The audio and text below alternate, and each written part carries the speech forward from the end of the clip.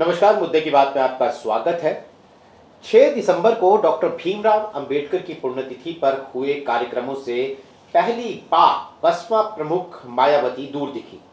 उन्होंने अपने भतीजे आकाश आनंद को नोएडा के दलित प्रेरणा स्थल के मुख्य कार्यक्रम में चीफ गेस्ट बनाकर भेजा था। नोएडा में दलित प्रेरणा स्थल एक बड़ी मशहूर और एक ऐसी जगह है जहां पर आम दिनों में भी हम डॉक्टर भीमराव अंबेडकर, मायावती, काशीराम, इन सब के समर्थकों को और ख़ास तौर पर बसपा के समर्थकों की भारी भीड़ वहां पर हम देखते हैं।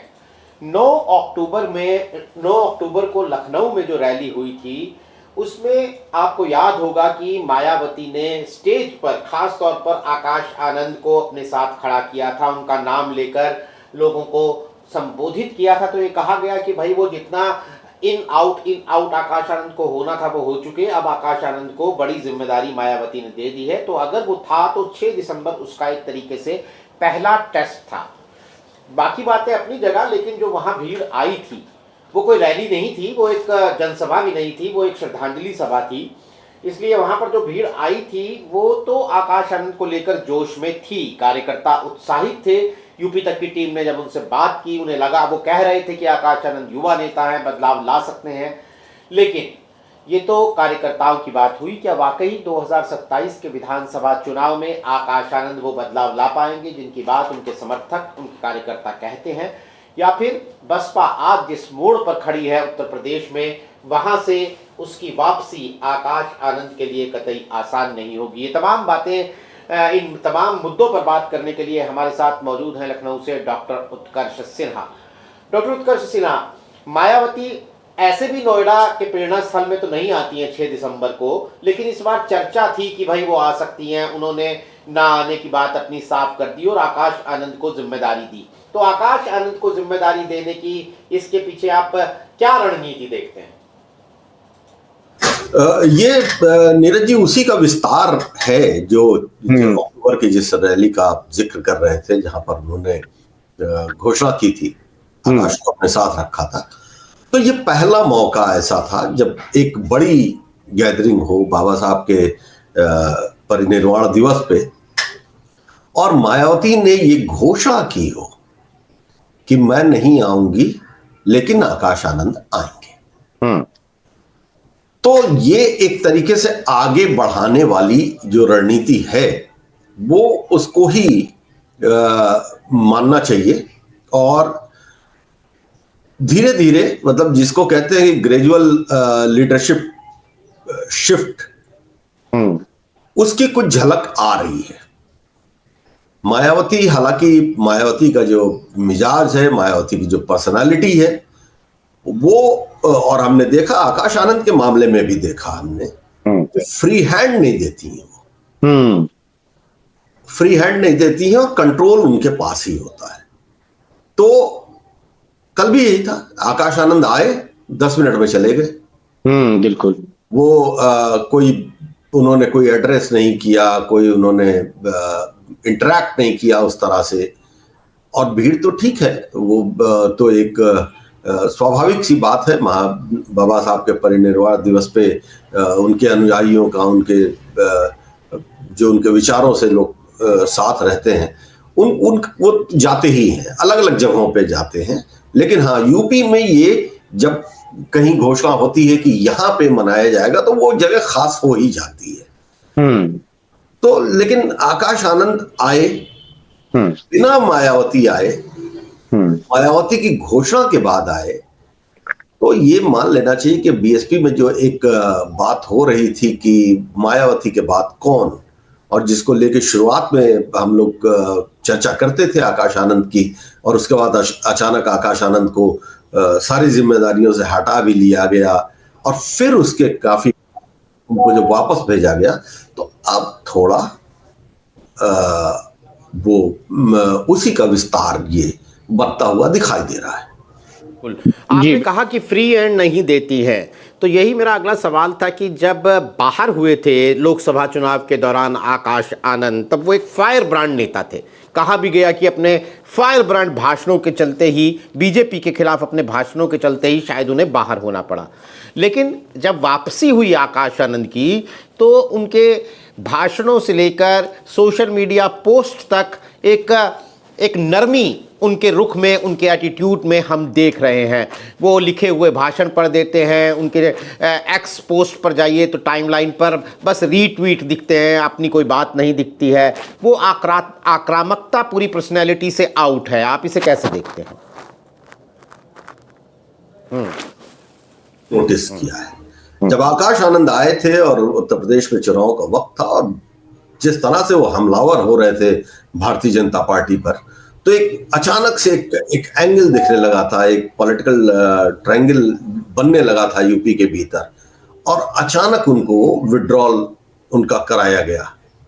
तो उससे फिर ये लगा कि शायद मायावती अभी भी उस दबाव में है जो कहा जाता है कि वो है, और इसलिए आकाश आनंद की बातें उनको रोकनी पड़ी।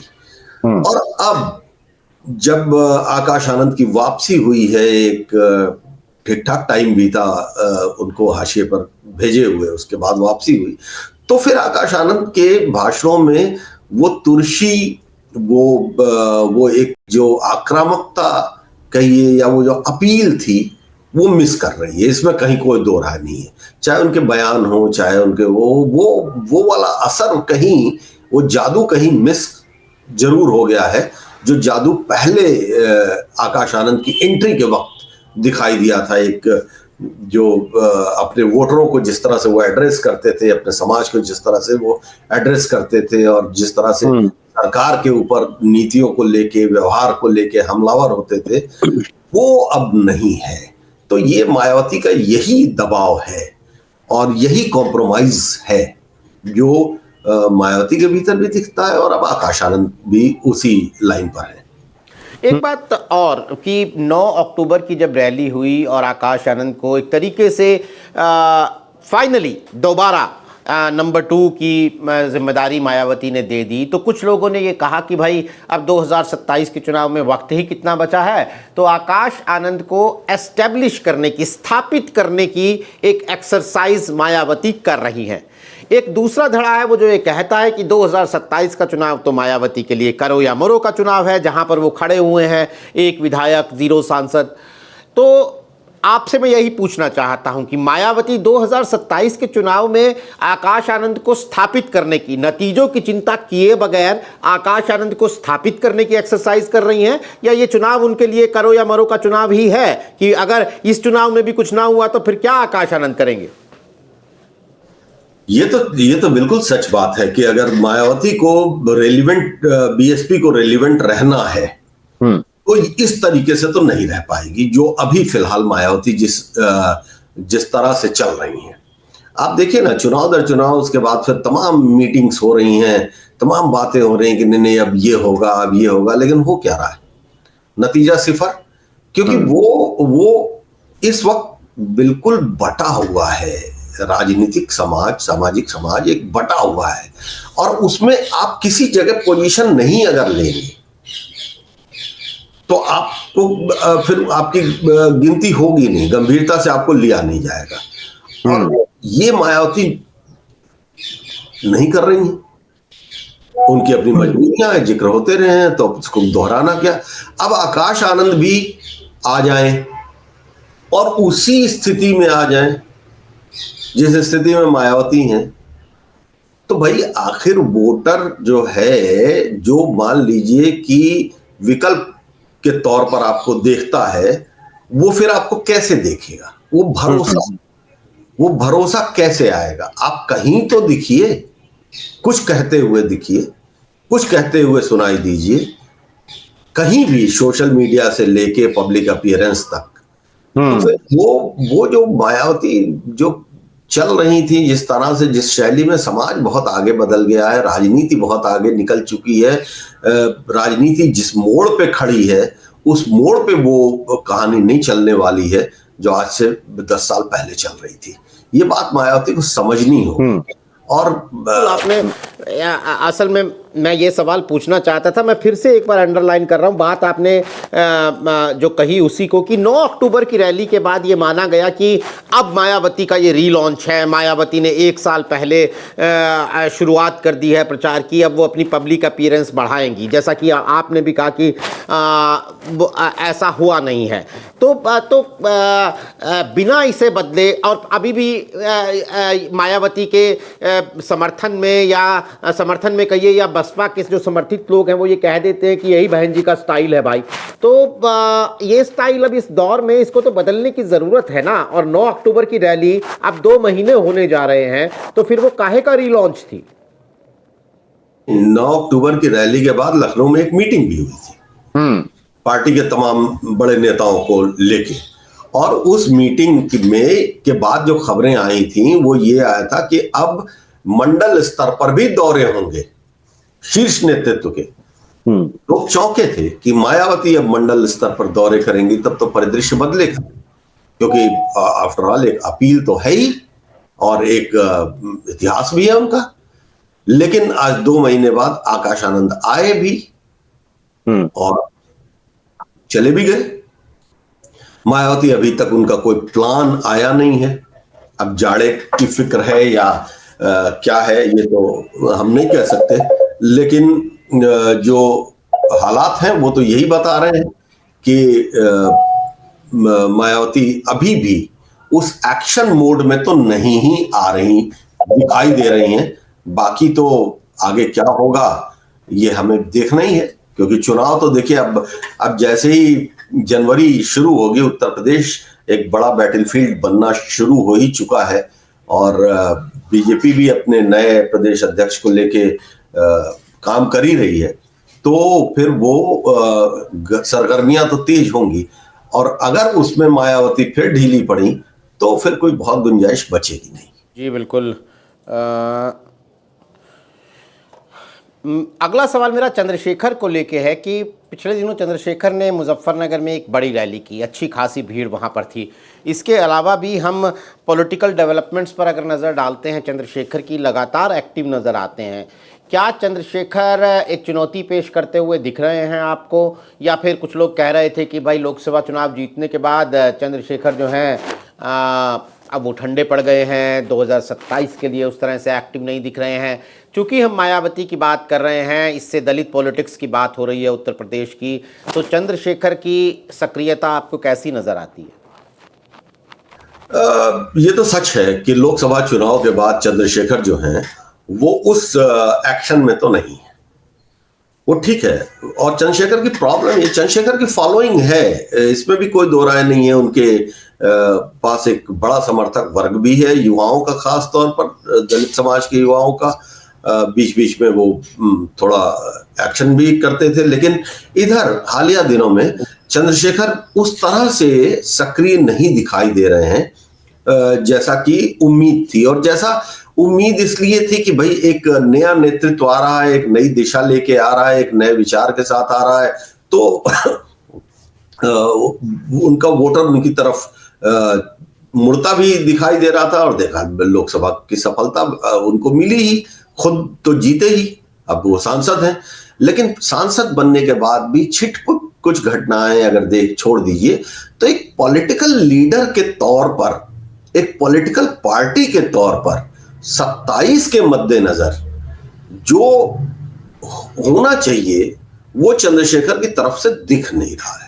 और कई बार अब ये भी बात आने लगी है कि चंद्रशेखर भी कहीं कॉम्प्रोमाइज तो नहीं हो गए हैं। अब ये बात आ रही है, देखिए ये फर्क है 24 के पहले और चुनाव के, लोकसभा चुनाव के पहले 24 के, और अब में एक बड़ा फर्क ये आ गया है कि उस वक्त ये माना जा रहा था कि चंद्रशेखर विपक्ष के समर्थन में हैं, और वो जिस तरह से उनकी पोजीशन है, और एक बात ये भी हुई थी कि अलायंस में भी आएंगे, इंडिया अलायंस में, लेकिन नहीं हुआ, वो अकेले लड़े। लेकिन आज तो चंद्रशेखर के साथ ये चर्चा ही बंद हो गई है। और अब तो ये भी मतलब ये चर्चाएं भी कहीं दबी जुबान में या कहीं कोने से होने लगी हैं कि वो भी कहीं कॉम्प्रोमाइज तो नहीं हो गए हैं। तो अगर कॉम्प्रोमाइज हो, क्योंकि अभी चंद्रशेखर के ऊपर एक मामला भी बहुत बुरा बुरे तरीके से जी। उनका पीछा कर रहा है। उनकी एक कथित गर्लफ्रेंड जिस तरह से उनके ऊपर हमलावर है और वो है, तो वो छवि को लेकर भी बात है, बाकी बहुत सारी चीजें हैं। तो चंद्रशेखर, कुल मिला के जो चंद्रशेखर की स्थिति है, वो सक्रियता, वो तेजी जो हम लोग उम्मीद कर रहे थे कि उत्तर प्रदेश की राजनीति में एक बड़ा कोना बनेगा, फिलहाल तो नहीं दिख रहा है। आगे क्या होता है वो देखेंगे, लेकिन अगर कंटिन्यूटी नहीं होती है पॉलिटिक्स में तो फिर वो मुश्किल हो जाता है। खासतौर पे जब यूपी जैसा इतना कॉम्पिटिटिव टर्फ हो। आपने गठबंधन शब्द का इस्तेमाल किया तो मुझे बिहार चुनाव में असदुद्दीन ओवैसी का प्रदर्शन याद आ गया, और मायावती की पार्टी के एक विधायक जो जीते, उनकी प्रेस कॉन्फ्रेंस में हमने देखा कि पीछे असदुद्दीन ओवैसी की पार्टी का पोस्टर लगा हुआ था। असदुद्दीन ओवैसी के समर्थन का भी उन्होंने जिक्र किया। कुल मिलाकर उसके बाद ये चर्चा होने लगी कि उत्तर प्रदेश में ओवैसी और मायावती की कोई गठबंधन की चर्चा हो रही है क्या? क्या आपको लगता है कि सीमांचल में लगातार दूसरे चुनाव में अच्छा प्रदर्शन करने के बाद, या कहें कि बिहार के मुस्लिम वोट के एक वर्ग में अपनी मजबूत उपस्थिति दिखाने के बाद असदुद्दीन ओवैसी के लिए अब उत्तर प्रदेश में कोई जगह बनती है और मायावती के साथ उनके गठबंधन के जो चर्चे हैं उनमें कोई दम है? अब देखिए, ओवैसी साहब की बात तो है, वो यूपी के चुनाव में ऐसा नहीं है कि वो पहले नहीं लड़े हैं। अलग नहीं, लेकिन बिहार में बिहार के दूसरी बार प्रदर्शन के बाद उनको थोड़ा सीरियसली लिया जा रहा है। निश्चित तौर पर उनका भी मनोबल बढ़ा है। हिंदी पट्टी में पहली दफा उनको मतलब रिपीट सफलता मिली है, वरना तो मतलब तेलंगाना छोड़ दीजिए और एक दफा महाराष्ट्र बिल्कुल, तो बाकी तो पूरे देश में कहीं है नहीं। बिहार में बैक टू बैक सफल हुए, तो जाहिर सी बात है कि उनको विस्तार तो, और यूपी में भी एक वर्ग है जो ओवैसी को ठीक मतलब उनको फॉलो करता है, खासतौर पर मुस्लिम समाज में एक वर्ग है, निश्चित तौर पर उससे भी इनकार नहीं कर सकते। और लेकिन दिक्कत यही होती है कि ओवैसी साहब सीरियसली उत्तर प्रदेश का चुनाव उस तरह से लड़ते हुए नहीं दिखते हैं, तो वोट कटवा बन के रह जाते हैं। मायावती के साथ अगर उनका अलायंस होता है तो जाहिर सी बात है, ताकत तो कागज पे देखिए या इतिहास को देखिए तो वो ताकत तो बनती है, वो ताकत तो बनेगी। लेकिन फिर वही उसका नतीजा ये होगा कि उत्तर प्रदेश का चुनाव तितरफा होगा जी, और तितरफे चुनाव में फिर वो किसी के लिए बहुत मुफीद नहीं होना, आइदर फॉर बीजेपी या फॉर अखिलेश यादव, दोनों के लिए वो वोट का एक हिस्सा जो कटना है वो बड़ा दिक्कत तलब हो जाने वाला है।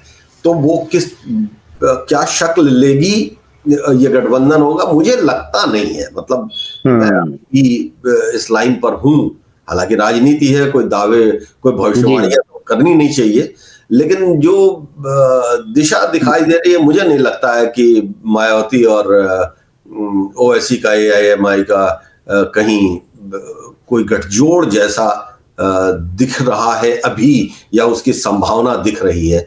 आने वाले वक्त में क्या होता है राजनीति में, लेकिन अभी है नहीं कुछ। बिल्कुल सही बात है, हम मौजूदा हालात के आधार पर ही एक आकलन कर रहे हैं। फाइनल सवाल आपसे मेरा यही है डॉक्टर उत्कर्षणा, चूंकि हमने बात आकाश आनंद से शुरू की थी, साल भर बचा है अब उत्तर प्रदेश के चुनाव में, 1.25 साल कह लीजिए। आपको आकाश आनंद के लिए ये 1.25 साल कैसा नज़र आता है? क्या आकाश आनंद इस चुनौती में अपने आप को साबित कर पाएंगे? कितनी मुश्किल चुनौती है, या किस तरह का रास्ता उनके सामने है? आकाश आनंद मायावती की परछाई से बाहर नहीं निकलेंगे तो फिलहाल तो कोई उम्मीद नहीं दिख रही है। उस दबाव से बाहर अगर नहीं निकलते हैं तो उनसे किसी चमत्कार की उम्मीद भी नहीं करनी चाहिए, है ना। वो फिर अपने बचे हुए वोटों को बचा लें, इतनी ही बात है, मगर वो वोट बढ़ा ले जाएंगे इस रणनीति पर, वो तो मुश्किल है। वो मुश्किल है क्योंकि दलित वोटरों का एक अब वो कंसोलिडेशन तो नहीं रहा। हमने देखा ना चुनाव दर चुनाव, तो बीएसपी के वोट जिस तरह से घट रहे हैं वो तो सामने है, मतलब वो तो आंकड़े हैं। और अब वो वापस लाना है उनको, तो एक नया प्लान तो लेके आना पड़ेगा। और अगर नया प्लान नहीं लेके आ रहा, और नया प्लान क्या होगा, जाहिर सी बात है कि विपक्ष का काम है सत्ता के साथ संघर्ष करना। और अगर सत्ता के सामने उन हितों की रक्षा, अपने वर्ग की, अपने वोटर वर्ग की हितों की रक्षा नहीं कर पा रहे हैं, आक्रामक तरीके से खड़े नहीं हो रहे हैं, तो फिर भरोसा नहीं होता है। और आकाश आनंद जैसे युवा के लिए ये वक्त बहुत मतलब इम्पॉर्टेंट मैं कहता हूं। भाई देखिए, 2 चुनाव हो लिए, और उन 2 चुनावों के बाद तीसरा चुनाव, और तीसरे चुनाव में भी अगर कोई प्रभाव नहीं पैदा कर पाएंगे, तो फिर चौथा चुनाव तो बहुत कठिन हो जाएगा जी। फिर तो बहुत कुछ परिस्थितियों पे डिपेंडेंट होगा, उनकी लीडरशिप उसमें महत्वपूर्ण नहीं रह जाएगी। ये आकाश आनंद के लिए सबसे बड़ी चुनौती है। और आकाश आनंद एक युवा हैं, उनके पास एक मतलब आधार है, उनके पास एक ऐसी पार्टी का आधार है जो पार्टी उत्तर प्रदेश में अपने बूते सत्ता में रह चुकी है। गठबंधन में तो कई दफा रहे, लेकिन अपने बूते 5 साल सत्ता चली है, तो वो कमजोर आधार नहीं है। लेकिन आधार कितना भी मजबूत हो, लीडरशिप अगर कमजोर दिखाई देगी तो फिर तो वो कहानी बहुत मुश्किल हो जाने वाली है आकाश के लिए या किसी भी पार्टी के लिए। बिल्कुल। तो बसपा की इस मजबूत बुनियाद पर अपनी भविष्य की राजनीति की दीवारें कितनी मजबूती से खड़े कर पाते हैं आकाश आनंद, ये उनकी सबसे बड़ी चुनौती है। और जैसा डॉक्टर उत्कर्ष सिन्हा ने कहा कि उन्हें अपनी पुरानी लीडरशिप से की छाया से बाहर आना होगा, मायावती की छाया से बाहर आना होगा, और अपने वही तेवर दिखाने होंगे जो कुछ महीने पहले या कुछ साल पहले लोकसभा चुनाव से पहले हमें उनमें नज़र आते थे। आज हमारे साथ इस कार्यक्रम में शिरकत करने के लिए डॉक्टर उत्कर्ष सिन्हा, आपका बहुत बहुत शुक्रिया। तमाम दर्शकों का भी आभार। नमस्कार।